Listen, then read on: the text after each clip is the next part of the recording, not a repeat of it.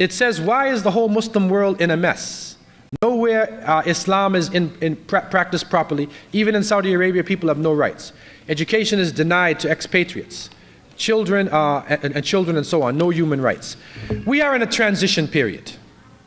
And Ibn Khaldun, rahimahullah, in his Muqaddamah, looked at the history of Islam in a cycle, a circular motion. That we go from a low level to a high level, we go around. There's generations where we practice Quran and Sunnah, it's dynamic. When we forget about it, then corruption sets in. And so we are coming out of a corrupt state where we have left Quran and Sunnah, our leaders will become the worst people with no mercy, and now we're moving back, inshallah, towards that time of the practice of Quran and Sunnah. People are calling for this practice all over the Muslim world. But the leaders that were installed after the colonial period are people who defend the colonial system.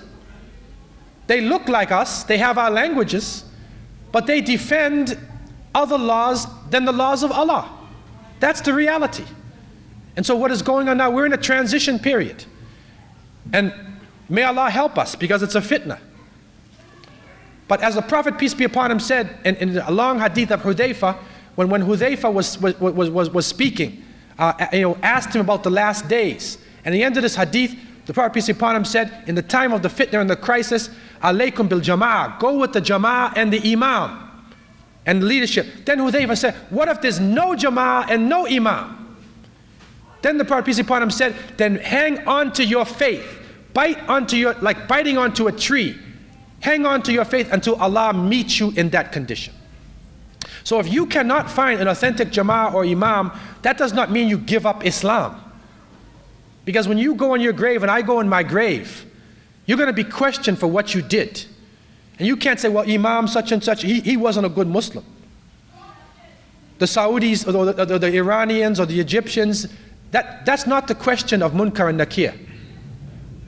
About the Muslim world, the king of Morocco. That's not Munkar and Nakir, right? They want to know about our deeds.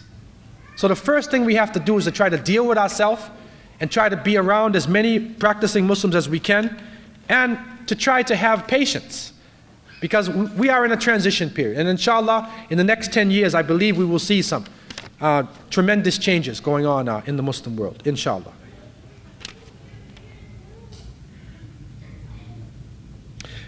Here it says common Muslims has been labeled as inactive. No ideas in his mind. How minds function, not able to present. Okay, I'm not sure of this question here.